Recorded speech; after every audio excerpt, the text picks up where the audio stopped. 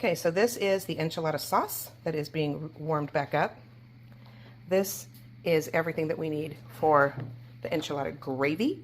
You've got oil, ground beef, flour, bunch of seasonings, diced tomatoes, tomato paste, onion powder. And then here is the rolling station, or one rolling station. So you've got your cheese, you've got your tortillas, you've got your containers, your recipe, and here you go. Now I've got my enchilada sauce simmering. Okay, friends, so we're going to go ahead and get started making the beef gravy for the enchiladas. So today we're making a double recipe of these enchiladas because I have lots of people that are coming over and we want to be able to eat a little bit and take some home for family. So we each have 2 of these containers with the lids, and when we build them, we're going to build the enchiladas here. The tortillas, the cheese, and the enchilada sauce, and then there's going to be another layer where we are going to keep the gravy separate because you put that beef gravy on these enchiladas after they're completely warmed through. So we want to freeze them separately. So let's get started on making the beef gravy. Again, this is a double recipe. So I am using 2 pounds of 80/20 ground beef, and I'm just going to pop it into my preheated skillet. And I am going to use my Pampered Chef mix and chop to make sure that the ground beef gets nice and finely, that it's nice and finely chopped up. This is not a place where you want big chunky pieces of meat. Now over here, I have the enchilada sauce that I made a couple of days ago and just put it in the refrigerator. I wanted to make it a couple of days early for a couple of reasons. First of all, I haven't made this enchilada recipe before, so I wanted to be sure that it turned out well so that when my friends get here, we'll actually have good enchilada sauce to use. Secondly, because it's basically oil, water, and spices, I wanted it to have time to kind of have the spices bloom and meld together. So this is now warmed through, and it will be ready for us when we start building or assembling the enchiladas. Okay, so I told you that I was using my Pampered Chef mix and chop. This is the best tool ever. I use it for all of my ground meats, whether it's ground chicken, ground turkey, ground pork, ground beef, and it just helps break it down into nice crumbles. And so this is, now I have to be honest, I've used one that wasn't a Pampered Chef before, and it broke almost immediately. And I've had this one for a few years now. It is absolutely one of my most favorite products, or utensils, I should say, that comes from Pampered Chef. Look how nice and tiny this is becoming.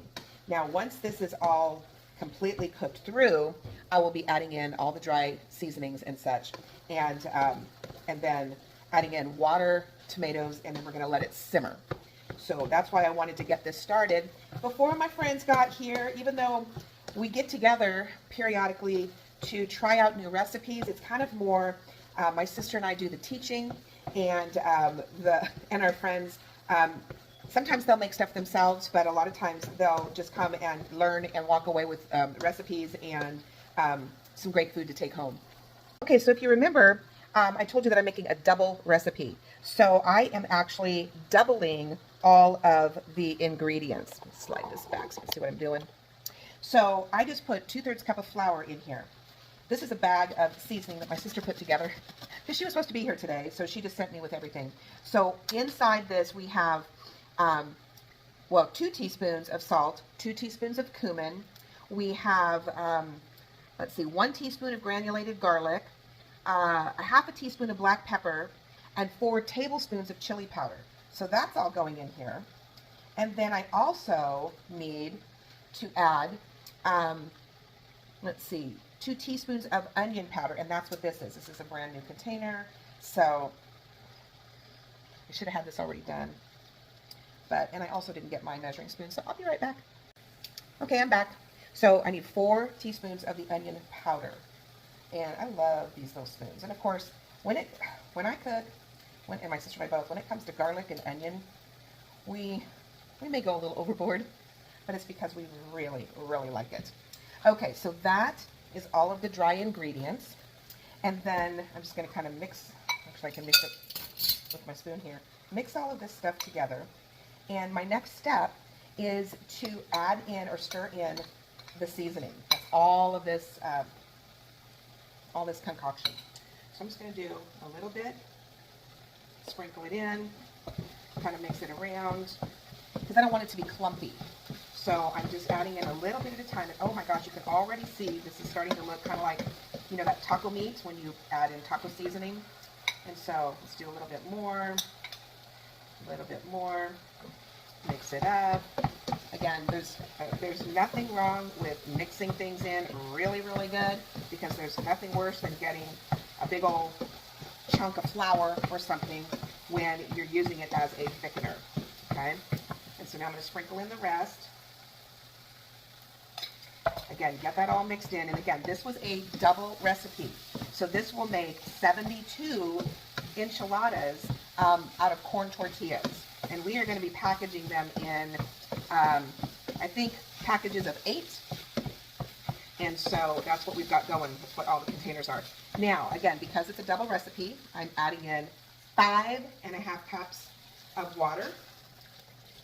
And whew, this is my biggest pan, and it made it. This is one of my Pampered Chef measuring bowls. It's an 8-cup one, and it's got a lid, and I've got a 4-cup that has a lid. I've had these things for decades, and I absolutely adore them. So then the last thing that I need to add in, again, is 2 cans, 14-ounce cans of crushed tomatoes. And I happen to, that's full. I have one that's got fire roasted with garlic. Whoop, there I go, I've already made a mess. See, gotta be super careful. But it'll cook down quickly. And then my tomato paste. And again, it calls for 2 tablespoons. But again, because this is a double recipe, we are putting in basically this whole little can. And that really adds that depth of tomato flavor in this beef tomato gravy. All right. Now, I am going to very carefully stir this, or so I think.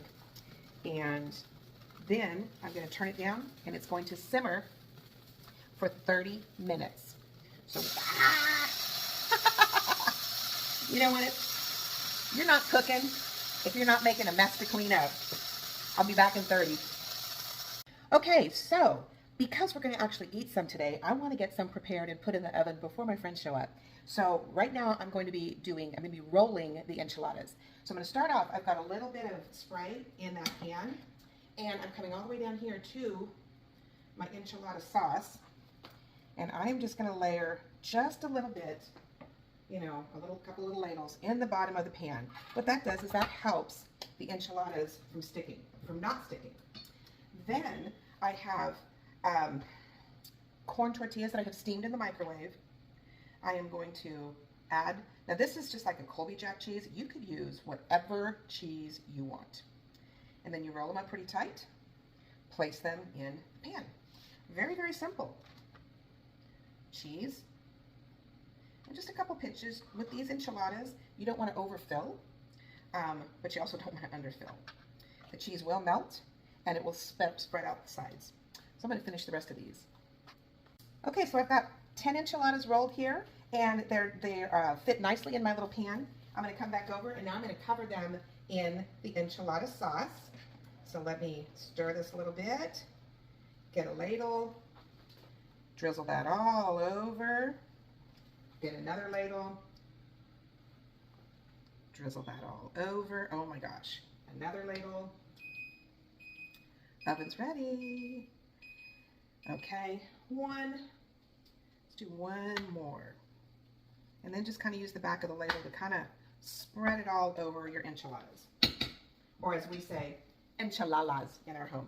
Now, you just top them with a little bit of grated cheese, and we're going to pop them in the oven at 350 degrees for 15 minutes. And I'll be back, show you what they look like. Okay, so if you hear noise in the background, it's because my friends got here.